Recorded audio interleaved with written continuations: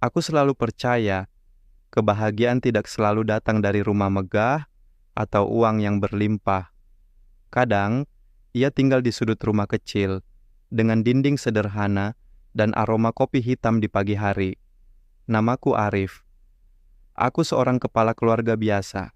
Setiap pagi, aku terbangun bukan karena jam weker mahal, tapi karena suara anakku, Fajar, yang selalu riang berlari-lari kecil di lantai rumah kami yang berderit.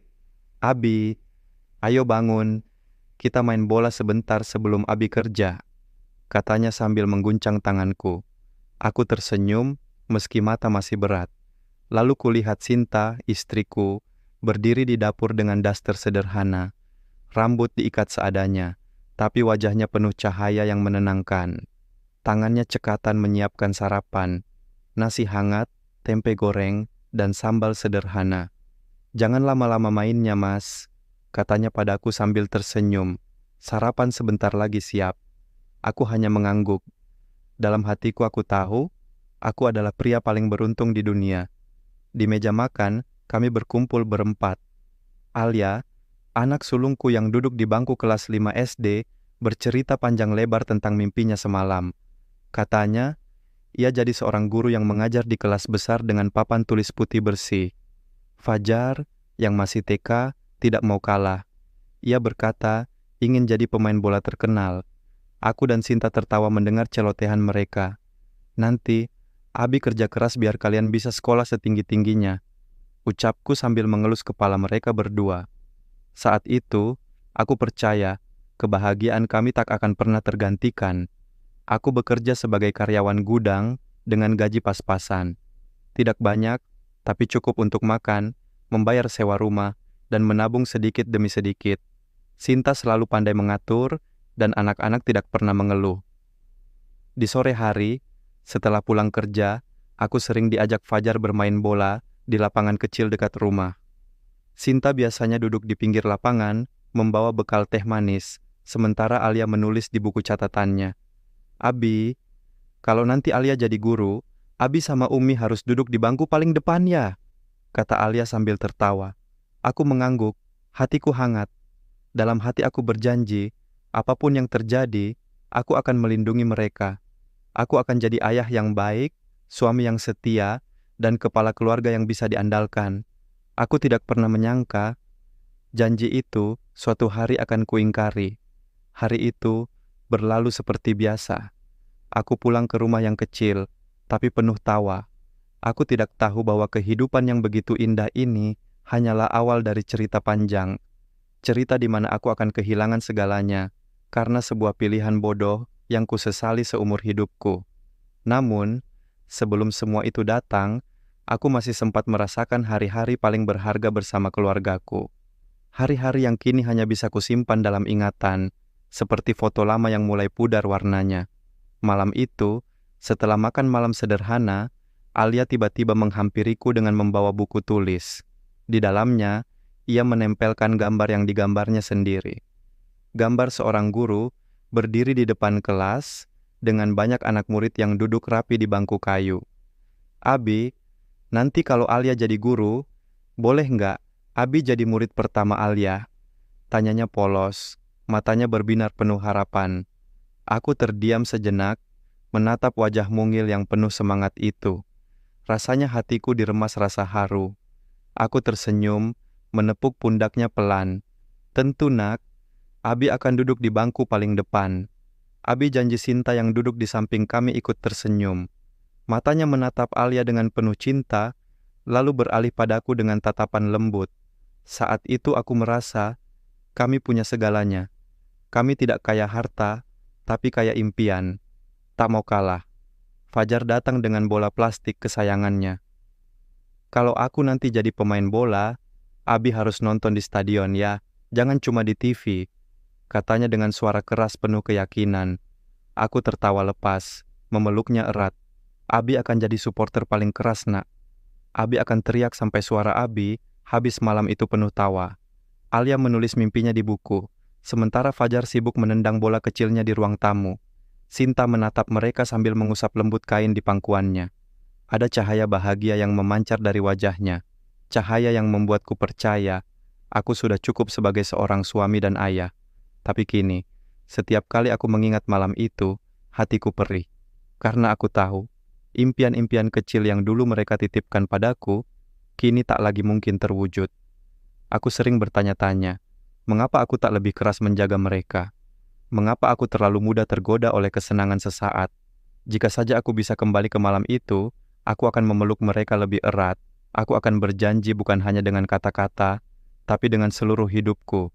Namun waktu tak pernah berjalan mundur. Ia hanya melaju ke depan, meninggalkan luka yang tak mungkin benar-benar sembuh. Dan dari situlah segalanya bermula.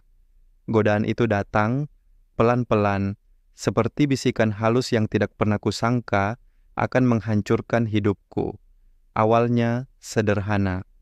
Siang itu di tempat kerja, seorang rekan mengajakku duduk di kantin. Ia tertawa sambil menepuk bahuku, lalu menunjukkan layar ponselnya. Cuma main sebentar, bisa dapat uang cepat, katanya sambil menunjuk angka saldo yang melonjak naik. Aku menatap layar itu dengan heran. Dalam pikiranku terlintas wajah Alia dan Fajar. Betapa indahnya kalau aku bisa memberikan mereka lebih. Buku baru, sepatu bagus. Mungkin les tambahan yang selama ini tak mampu kubayar. Coba saja sekali, Rif. Kalau nggak cocok berhenti. Nggak ada ruginya. Ujar temanku enteng. Sore itu, aku mencoba. Hanya 100.000 rupiah dari dompetku. Jantungku berdebar, tanganku gemetar, tapi entah mengapa, ada rasa penasaran yang mendesak. Dan, aku menang. Kemenangan kecil itu membuat dadaku membuncah. Uang yang tadinya 100.000 berubah jadi 500.000 hanya dalam hitungan menit. Aku pulang dengan senyum lebar, seakan-akan dunia menambahkan hadiah manis dalam hidupku. Malamnya, aku duduk di ruang tamu dengan ponsel di tangan, menyembunyikan layar dari Sinta. Ia tak curiga. Ia hanya tersenyum sambil melipat pakaian anak-anak.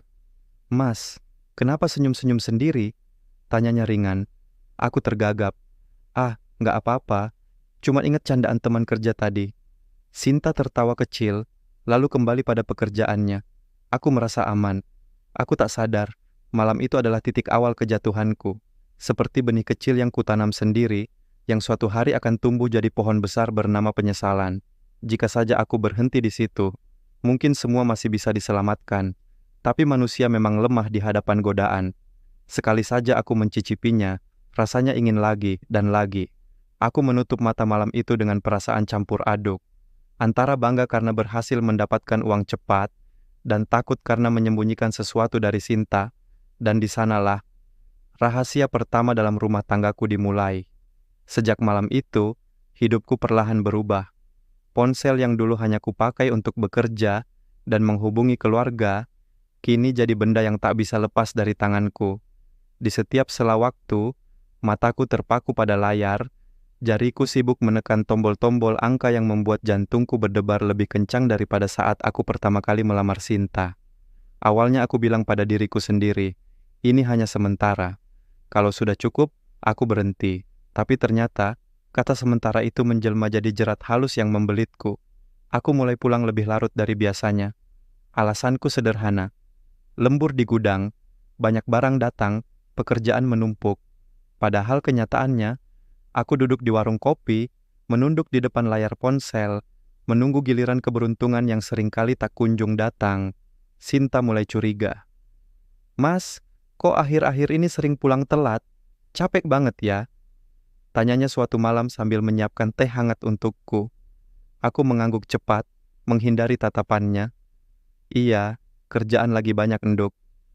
Sinta mengangguk pelan, meski aku tahu matanya menyimpan tanda tanya. Ia tak menuntut lebih jauh, mungkin karena masih percaya padaku. Namun, perubahan sikapku tak hanya soal pulang telat. Aku juga jadi lebih sering melamun. Bahkan ketika Alia bercerita tentang nilai ulangannya, aku hanya menjawab singkat tanpa benar-benar mendengarkan. Fajar yang biasanya kutemani main bola sore, kini sering menunggu sia-sia di depan pintu rumah dengan bola plastik di tangannya.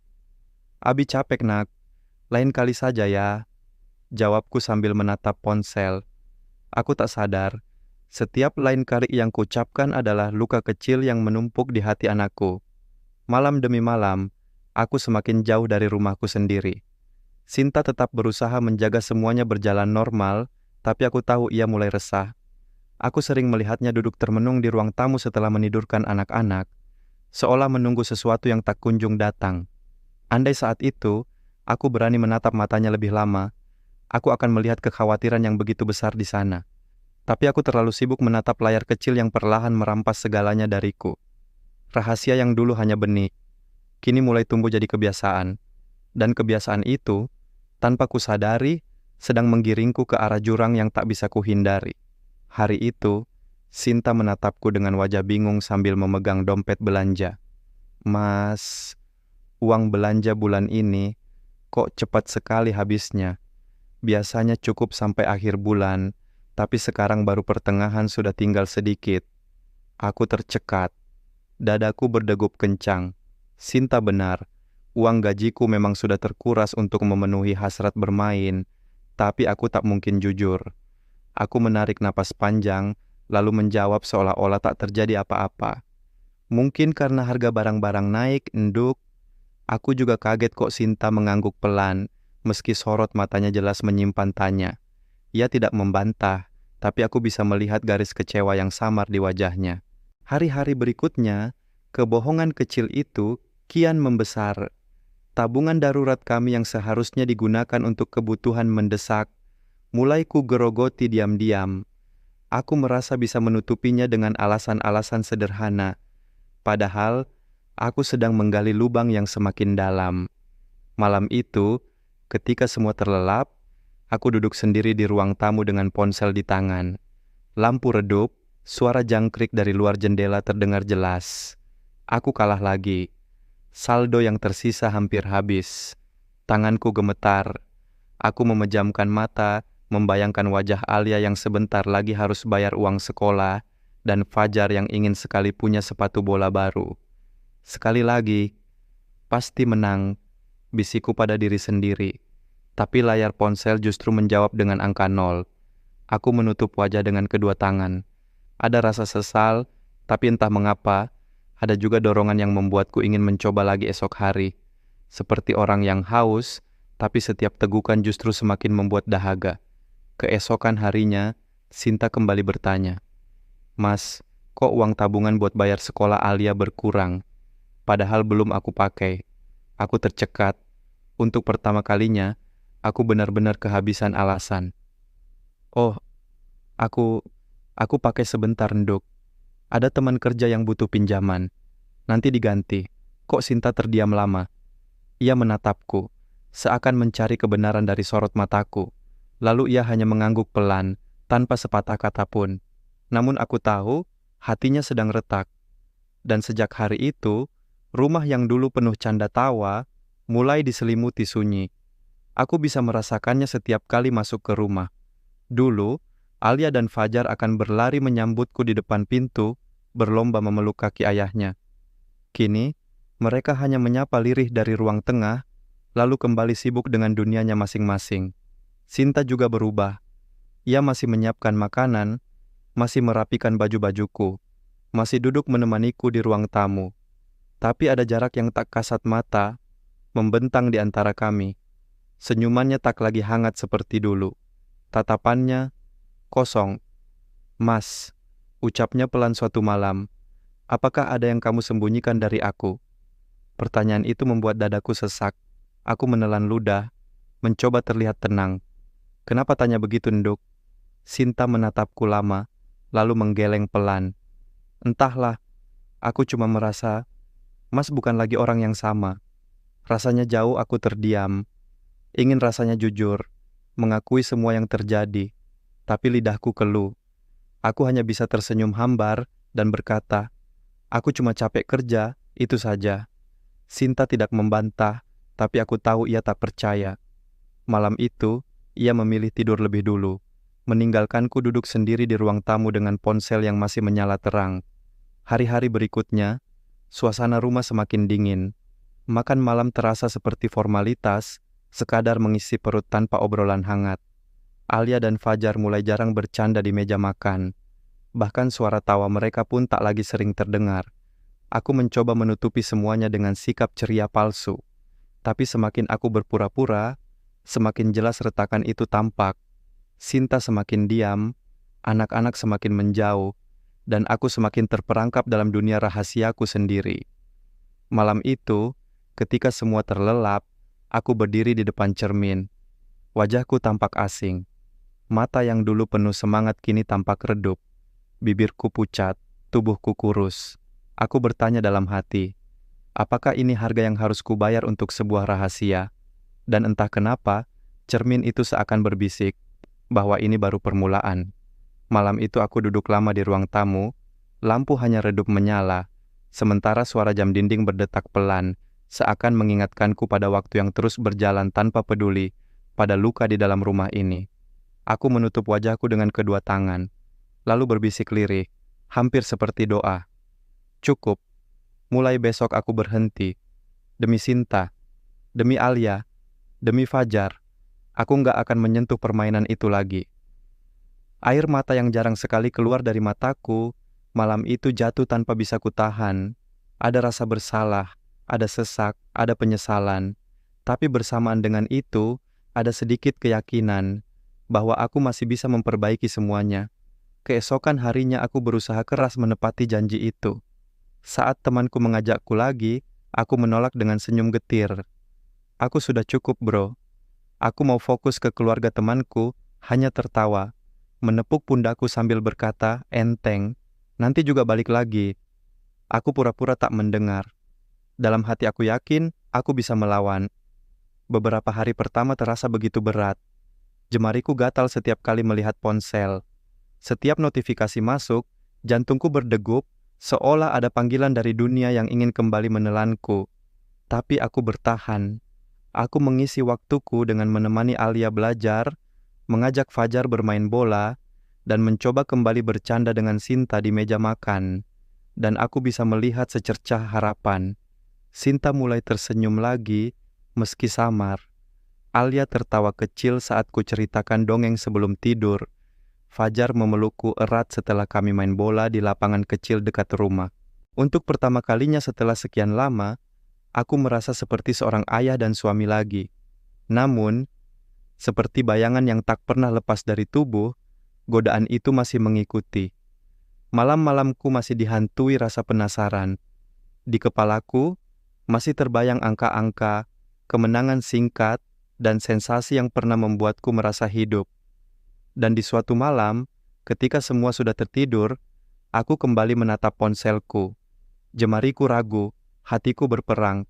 Sekali saja, hanya untuk membuktikan kalau aku bisa mengendalikan ini, bisikku pada diri sendiri. Dan di sanalah janjiku mulai retak. Awalnya hanya sekali, hanya untuk membuktikan bahwa aku masih punya kendali. Jemariku bergetar saat menekan tombol itu, tapi begitu layar menunjukkan angka kemenangan kecil, dadaku seakan meledak oleh rasa puas yang sulit dijelaskan.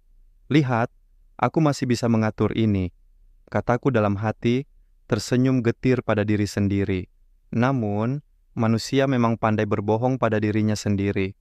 Sekali menjadi dua kali menjadi 5, dan sebelum aku sadar, aku sudah kembali terjebak dalam lingkaran yang sama. Bedanya, kali ini taruhannya jauh lebih besar. Uang belanja, uang sekolah, bahkan uang simpanan kecil-kecilan untuk kebutuhan darurat, semuanya perlahan menguap dari tanganku. Setiap kali kalah, aku berkata, aku harus balas besok, pasti bisa balik modal. Dan setiap kali menang aku berkata, sedikit lagi, biar lebih banyak untuk keluarga. Sinta mulai melihat perubahan itu. Ia tak lagi banyak bertanya, tapi sikapnya semakin dingin. Senyum yang dulu selalu menyambutku, sepulang kerja, kini jarang sekali muncul. Ia masih setia menyiapkan makanan, tapi wajahnya selalu murung. Suatu malam, aku pulang lebih larut dari biasanya. Sinta duduk di ruang tamu, menungguku dengan wajah letih.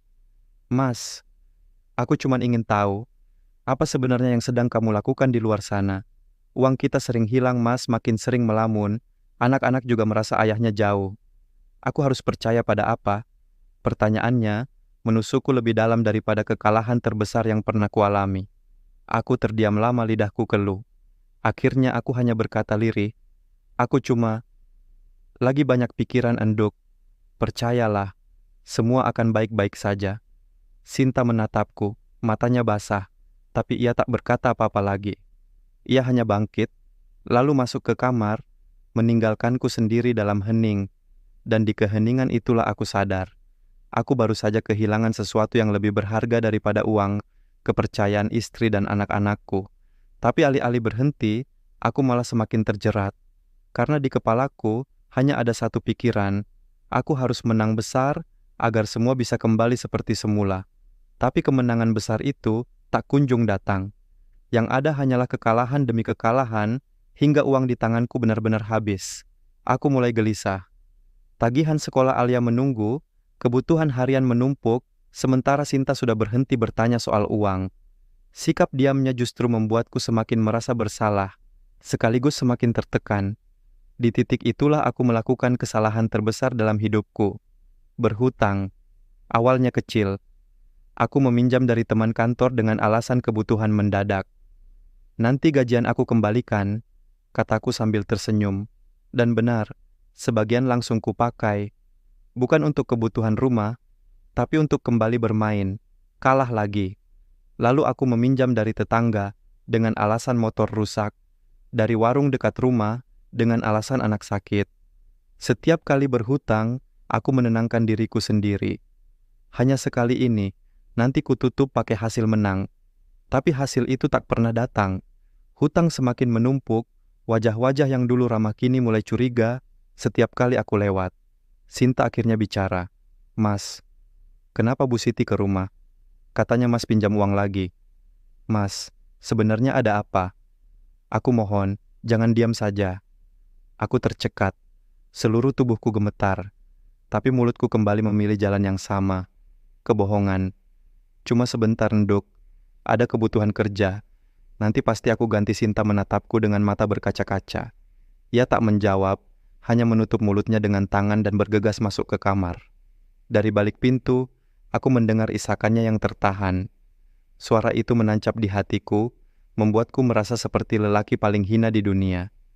Namun rasa bersalah itu bukannya menghentikanku, malah mendorongku lebih dalam. Aku merasa satu-satunya cara untuk menebus semua kebohongan, semua hutang, adalah dengan menang besar. Hanya dengan itu, aku bisa membuat Sinta kembali percaya, membuat anak-anakku kembali tersenyum, membuat hidupku kembali seperti dulu. Aku tak sadar, pikiran itu justru mengikatku semakin erat pada lingkaran yang tak punya jalan keluar. Suatu malam, setelah makan malam yang hambar tanpa percakapan, Sinta akhirnya menatapku dengan wajah lelah.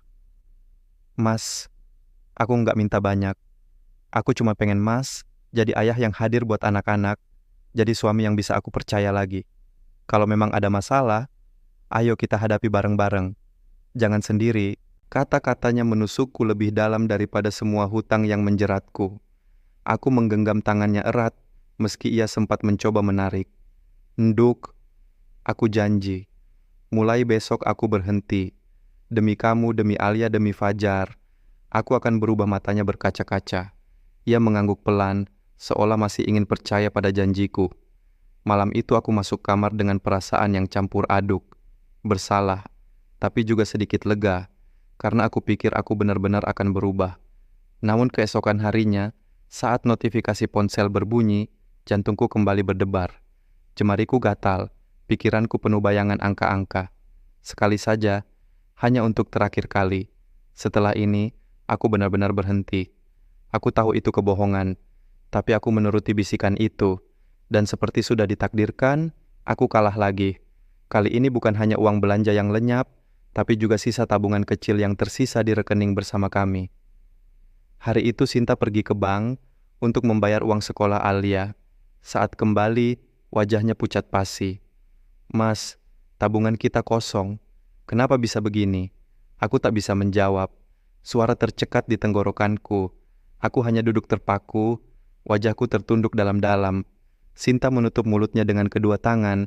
Air matanya jatuh tanpa bisa ditahan. Mas, ini janji yang keberapa? Berapa kali lagi aku harus dengar kata janji itu, kalau akhirnya selalu patah? Alia dan Fajar berdiri di ambang pintu, bingung melihat ibunya menangis. Mereka tidak mengerti sepenuhnya, tapi aku tahu hati kecil mereka ikut terluka. Aku ingin berteriak, ingin menjelaskan, ingin memeluk mereka semua dan berkata, aku akan berubah. Tapi aku tahu, kata-kataku sudah tak lagi punya arti. Dan malam itu, untuk pertama kalinya, aku tidur di ruang tamu, sendirian. Suasana rumah yang biasanya hangat kini berubah jadi dingin. Dinding seakan ikut membisu, hanya menyisakan suara jam dinding yang berdetak pelan, menegaskan jarak antara aku dan keluargaku. Aku menatap langit-langit yang samar dalam cahaya lampu redup. Hatiku terasa hampa. Dulu, tidur di ruang tamu berarti menemani Alia dan Fajar menonton film kartun sampai tertidur. Sekarang, tidur di ruang tamu adalah pengasingan. Hukuman tak terucap dari istri dan anak-anakku. Keesokan paginya, aku bangun dengan kepala berat. Saat masuk ke dapur, kulihat Sinta sedang menyiapkan bekal anak-anak. Alia dan Fajar duduk diam di meja makan, wajah mereka murung. Tidak ada suara riang, tidak ada sapaan manja seperti biasanya. Ayah nggak sarapan? Tanya Alia lirih, tanpa menatapku. Pertanyaan sederhana itu menusuk hatiku. Aku hanya menggeleng, lalu buru-buru keluar, seakan melarikan diri dari kenyataan. Di tempat kerja, pikiranku kacau. Hutang menumpuk, gaji bulan ini sudah habis sebelum sempat ku genggam, dan wajah Sinta yang menangis semalam terus menghantui. Aku merasa terjepit, seperti berada di lorong gelap tanpa jalan keluar. Siang itu, seorang penagih datang menemuiku di depan gudang. Mas Arif, jangan lupa ya, uang yang kemarin harus segera dibayar. Kalau terlambat, bisa runyam urusannya. Aku hanya mengangguk cepat, keringat dingin membasahi punggungku. Aku tahu, waktu yang kupunya semakin sedikit. Malam harinya, aku mencoba bicara dengan Sinta. Nduk, beri aku kesempatan sekali lagi. Aku janji akan cari jalan keluar. Aku nggak mau kehilangan kalian. Sinta menatapku lama, matanya penuh lelah. Mas, aku sudah dengar kata janji itu terlalu sering. Aku nggak butuh janji lagi, aku butuh bukti. Tapi kalau Mas terus seperti ini, aku takut. Bukan cuma rumah tangga kita yang hancur, tapi juga masa depan anak-anak. Kata-katanya membuat nafasku tercekat. Itu bukan sekadar amarah. Itu adalah suara putus asa seorang istri yang sudah terlalu lama menahan luka. Dan malam itu aku sadar, jurang di antara kami bukan lagi retakan kecil. Itu sudah menjadi nganga yang dalam, siap menelan seluruh hidupku. Hari-hariku berubah jadi lingkaran gelap yang menyesakkan. Pagi datang tanpa semangat, siang hanya dipenuhi rasa cemas, dan malam terasa panjang dengan pikiran yang berisik. Teleponku berdering berkali-kali. Nomor-nomor tak dikenal masuk silih berganti. Suaranya tegas, menekan, membuat jantungku serasa mau pecah. Mas Arif, tolong segera lunasi. Jangan buat masalah jadi panjang. Aku menjauh dari teman-teman kantor. Tak lagi bercanda di kantin, tak lagi ikut kumpul selepas kerja. Aku takut mereka tahu, takut mereka melihat aku bukan lagi Arif yang dulu. Di rumah, keadaan tak jauh berbeda. Alia dan Fajar makin jarang bercerita padaku. Mereka lebih sering bersama Sinta, seakan ada tembok tak kasat mata yang menghalangi aku untuk masuk dalam dunia kecil mereka. Sinta sendiri, ia tak lagi banyak bicara. Sikapnya dingin, tatapannya sayu. Ia melakukan semua pekerjaan rumah tangga tanpa keluh, tapi tanpa senyum juga. Hanya keheningan yang menggantung di antara kami. Aku merasa terjepit dari segala arah. Dari luar, penagih menuntut uang yang tak kupunya. Dari dalam, keluargaku perlahan menjauh. Dan dari dalam diriku sendiri, ada suara kecil yang terus berbisik. Kamu gagal. Kamu sudah menghancurkan segalanya. Malam itu aku duduk di teras, menatap langit gelap tanpa bintang. Sinta muncul sebentar, berdiri di ambang pintu dengan wajah sendu. Mas, aku capek, katanya lirih. Aku nggak tahu sampai kapan bisa bertahan. Kalimat itu membuat nafasku sesak. Aku ingin memohon, ingin berkata bahwa aku bisa berubah. Tapi lidahku keluh. Yang keluar hanya helaan napas panjang, diiringi air mata yang tak bisa kutahan. Dan saat pintu ditutup kembali, aku sadar, aku benar-benar sendirian. Kesendirian itu terasa seperti ruangan gelap yang semakin menyempit, menekan dari segala sisi, membuatku sulit bernapas. Beberapa hari berikutnya, jarak antara aku dan Sinta semakin nyata. Ia mulai tidur di kamar anak-anak, sementara aku tetap di ruang tamu. Tak ada lagi percakapan hangat di meja makan. Yang ada hanya suara sendok beradu dengan piring, tanpa kata-kata, tanpa tatapan. Alia pernah bertanya pelan pada ibunya, "Bu, kenapa ayah nggak makan bareng kita lagi?" Sinta hanya tersenyum tipis, mengelus kepala putri kecil kami, lalu mengalihkan pembicaraan. Hatiku tercabik mendengarnya, karena aku tahu, aku yang menyebabkan semua ini. Di tengah kekacauan itu, sebuah peristiwa membuat segalanya semakin runtuh. Suatu sore, ketika aku pulang dengan langkah gontai, kulihat Sinta duduk di ruang tamu bersama kakak laki-lakinya, Mas Bagas. Wajah Sinta pucat, matanya sembab. Begitu aku masuk, Mas Bagas berdiri dengan sorot mata tajam. "Arif, sampai kapan kamu mau begini? Aku sudah dengar semuanya. Hutang, janji yang enggak pernah kamu tepati, Sinta yang terus nangis tiap malam. Kamu pikir keluarga ini bisa bertahan kalau kamu terus lari dari masalah?" Aku terdiam, tubuhku kaku seperti patung. Suaranya keras, tapi lebih dari itu, kebenaran di balik kata-katanya menusukku lebih dalam daripada teriakan apapun. Sinta menunduk, tak berani menatapku. Saat itu aku sadar, kepercayaannya padaku sudah nyaris habis. Tali yang mengikat kami sebagai suami istri tinggal seutas benang tipis, siap putus kapan saja. Malamnya, aku mencoba bicara pada Sinta. "Nduk, aku mohon, jangan tinggalkan aku. Aku tahu aku salah. Aku akan cari cara. Aku akan berubah." Sinta menatapku dengan mata basah, lalu menggeleng perlahan. "Mas, aku sudah terlalu lelah. Aku nggak tahu apa masih ada yang bisa diselamatkan." Kalimat itu seperti pisau yang mengiris hatiku. Bukan marah, bukan teriakan, tapi keputusasaan. Dan keputusasaan itulah yang paling menakutkan. Aku terisak sendirian malam itu. Untuk pertama kalinya, aku benar-benar merasa mungkin aku akan kehilangan segalanya. Pikiran itu terus berputar di kepalaku sepanjang malam, seperti gema yang tak berhenti memukul dinding jiwaku. Esoknya, keadaan makin memburuk. Penagih datang ke rumah ketika aku masih di kantor. Mereka mengetuk pintu keras-keras, membuat Alia dan Fajar ketakutan. Sinta terpaksa menghadapi mereka sendirian. Begitu aku pulang, kulihat wajah Sinta pucat, tangannya gemetar saat menggenggam pintu. "Mas, ini sudah keterlaluan. Anak-anak sampai menangis ketakutan. Aku nggak bisa terus begini," katanya dengan suara parau. Aku terdiam, tenggorokanku terasa kering. Aku ingin membela diri, tapi aku tahu, semua ini memang salahku. Malam itu, setelah anak-anak tidur, Sinta duduk di hadapanku. Tidak ada amarah, tidak ada teriakan, hanya suara tenang yang menusuk lebih dalam daripada marah apapun. "Mas, aku kasih dua pilihan. Berhenti sekarang juga dan cari jalan keluar yang nyata. Atau aku bawa anak-anak pergi dari rumah ini." Aku tercekat. Kata-kata itu menghantamku seperti petir di siang bolong. Bukan ancaman, tapi keputusan. Sinta benar-benar sudah di ujung batas. Aku menatapnya lama, mencari sedikit celah harapan di matanya. Tapi yang kutemukan hanyalah kelelahan dan luka yang sudah terlalu dalam. Di dalam diriku terjadi pertarungan yang hebat.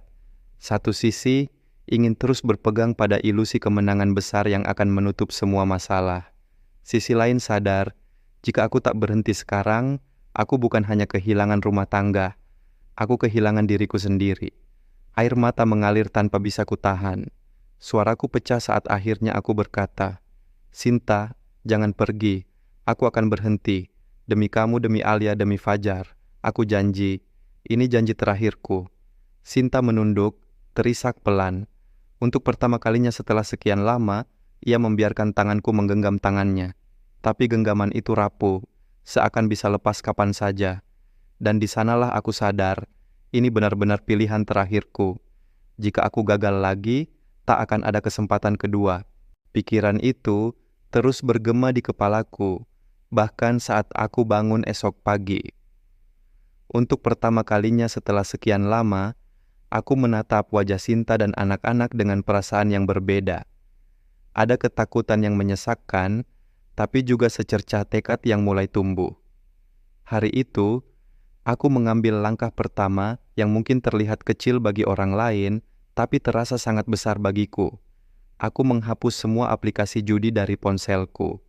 Tanganku gemetar saat menekan tombol hapus. Ada suara kecil di dalam hati yang berbisik, "Bagaimana kalau kau butuh lagi nanti?" Tapi aku memilih untuk menutup telinga. Sinta melihatku dari kejauhan, tanpa kata-kata. Hanya tatapan sejenak, lalu kembali melanjutkan pekerjaannya. Aku tahu ia belum percaya, dan itu wajar. Siang harinya, aku memberanikan diri menemui Mas Bagas. Dengan suara bergetar, aku berkata, "Mas, aku butuh bantuan. Aku ingin berubah. Tolong, awasi aku. Jangan biarkan aku jatuh lagi." Mas Bagas menatapku lama, seolah menimbang apakah kata-kataku benar-benar tulus. Lalu ia mengangguk pelan. "Kalau memang serius, aku akan bantu. Tapi ingat Arif, sekali kamu bohong lagi, aku sendiri yang akan bawa Sinta dan anak-anak pergi dari kamu." Ancaman itu menusuk, tapi justru menjadi penguat. Aku tahu, kali ini aku tidak bisa main-main. Malamnya, saat Alia dan Fajar sudah tidur, aku mencoba bicara lagi dengan Sinta. "Nduk, aku tahu aku sudah banyak melukai kamu.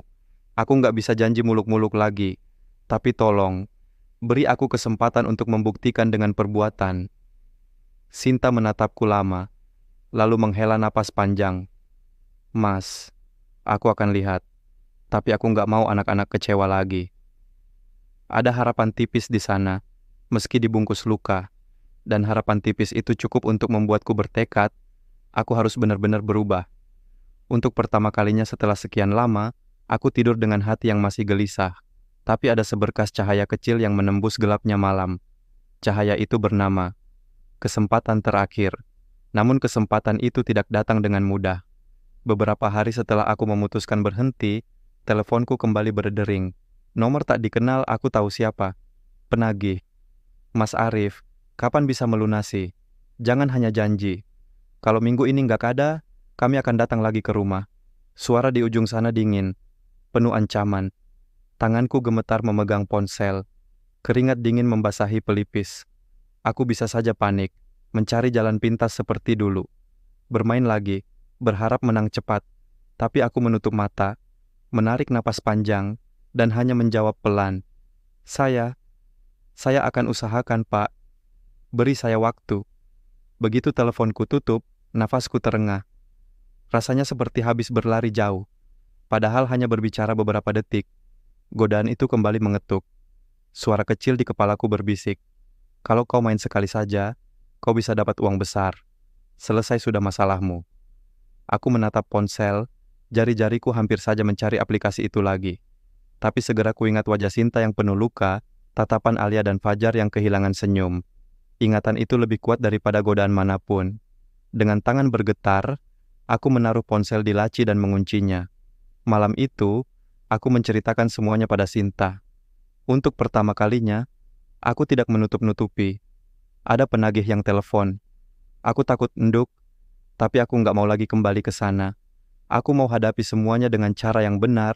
Sinta terdiam, menatapku lama. Air matanya jatuh, bukan karena marah, tapi karena lega. Mungkin, untuk pertama kalinya ia mendengar kejujuran penuh dariku. "Mas, kalau kamu serius, aku akan berdiri di sampingmu. Tapi kita harus hadapi ini bersama-sama." Kata-katanya membuat dadaku sesak, tapi kali ini karena harapan, bukan rasa bersalah. Dan malam itu, untuk pertama kalinya setelah sekian lama, aku kembali bisa memeluk istriku. Meski pelukan itu masih rapuh, penuh luka. Tapi aku tahu, itu adalah awal dari sesuatu yang baru.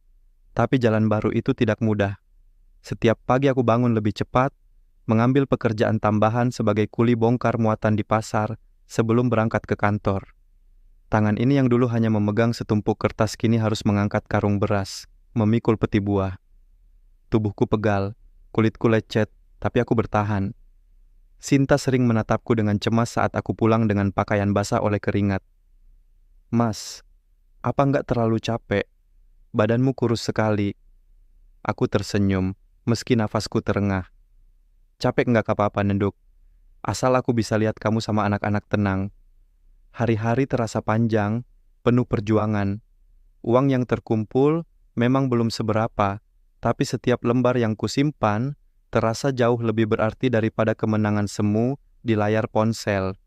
Namun beban hutang tetap menekan. Penagih masih datang, meski kali ini aku berani menatap mata mereka. Maaf, saya belum bisa lunas sekarang, tapi saya tidak lari. Saya akan bayar sedikit demi sedikit. Suara itu bergetar, tapi ada ketegasan yang baru. Aku tidak lagi bersembunyi, tidak lagi berbohong. Perlahan, sesuatu yang hilang mulai kembali. Alia mulai bercerita lagi tentang sekolahnya. Fajar berlari ke arahku ketika aku pulang kerja, memelukku dengan tawa kecil. Sinta, meski masih menyimpan luka, kini mulai menatapku dengan mata yang lebih hangat. Suatu malam, setelah makan malam sederhana bersama, Sinta menatapku sambil berkata lirih, "Mas, aku mulai percaya, kamu benar-benar berubah." Kalimat itu membuat air mataku jatuh tanpa bisa kutahan. Bukan karena sedih, tapi karena lega. Setelah sekian lama, aku akhirnya bisa melihat cahaya itu lebih jelas. Cahaya yang selama ini hampir padam. Dan aku berjanji dalam hati, tidak peduli seberapa berat jalan ini, aku akan terus melangkah demi keluargaku. Demi cinta yang hampir hilang, tapi kini mulai hidup kembali. Aku belajar, cinta bukan hanya tentang kata-kata manis atau janji yang indah. Cinta adalah tentang keberanian menanggung luka, menghadapi kesalahan, dan mau berubah meski jalan terasa berat. Beberapa bulan berlalu, hutang-hutangku belum lunas sepenuhnya, tapi sebagian sudah terbayar. Penagih yang dulu datang dengan wajah tegang kini mulai lebih lunak. Mereka melihat aku berusaha sungguh-sungguh, bukan lagi lari atau bersembunyi. Sinta perlahan mulai tersenyum lagi, meski senyumnya masih samar. Alia dan Fajar kembali bercanda di meja makan, membuat rumah yang dulu sunyi kini kembali berisi suara tawa. Namun setiap kali melihat wajah mereka, hatiku tetap diliputi rasa perih. Luka yang kutorehkan di hati Sinta, ketakutan yang kualami anak-anak, semua itu tak akan pernah benar-benar hilang. Luka itu akan selalu ada, tapi bukan untuk menyiksa. Luka itu kini menjadi pengingat, menjadi pelajaran agar aku tak pernah kembali pada jurang yang sama. Suatu malam, aku duduk di teras rumah bersama Sinta. Udara malam terasa sejuk, suara jangkrik bersahut-sahutan. Aku menatap langit lalu berkata pelan, "Nduk, kalau saja waktu bisa diputar, aku ingin hapus semua kesalahan itu. Aku ingin kamu gak pernah nangis karena aku. Tapi aku tahu, waktu gak bisa kembali. Yang bisa aku lakukan hanya satu, memastikan ke depan, aku gak jatuh lagi." Sinta terdiam sejenak, lalu menggenggam tanganku. Untuk pertama kalinya setelah sekian lama, genggaman itu terasa hangat dan penuh keyakinan. "Mas, aku juga belajar. Kadang, luka memang nggak bisa hilang. Tapi luka bisa membuat kita lebih kuat." Air mataku jatuh. Kali ini bukan karena putus asa, melainkan karena rasa syukur. Aku sadar, perjalanan ini belum selesai. Tapi setidaknya, aku sudah menemukan arti sebenarnya dari semua rasa sakit yang kualami. Luka yang menjadi pelajaran. Dan dari luka itu, perlahan, rumahku menemukan kembali hangatnya. Pagi yang dulu terasa sunyi kini kembali riuh dengan suara Alia dan Fajar yang saling berebut sendok sarapan. Sinta tersenyum tipis melihat mereka, lalu melirikku sekilas. Senyum itu sederhana, tapi bagiku, itu hadiah terindah. Aku mulai bisa bercanda kecil dengan anak-anak lagi. Saat Fajar berlari menyodorkan gambar hasil coretannya, ia berkata polos, "Ayah, lihat, aku gambar kita sekeluarga. Ayah, ibu, aku, sama Kak Alia. Di kertas itu, kami digambar dengan wajah tersenyum, berdiri berdekatan. Sesuatu yang dulu hampir hilang, kini tergambar kembali lewat goresan tangan kecil anakku. Dadaku hangat, mataku berkaca-kaca. Sinta masih sering diam.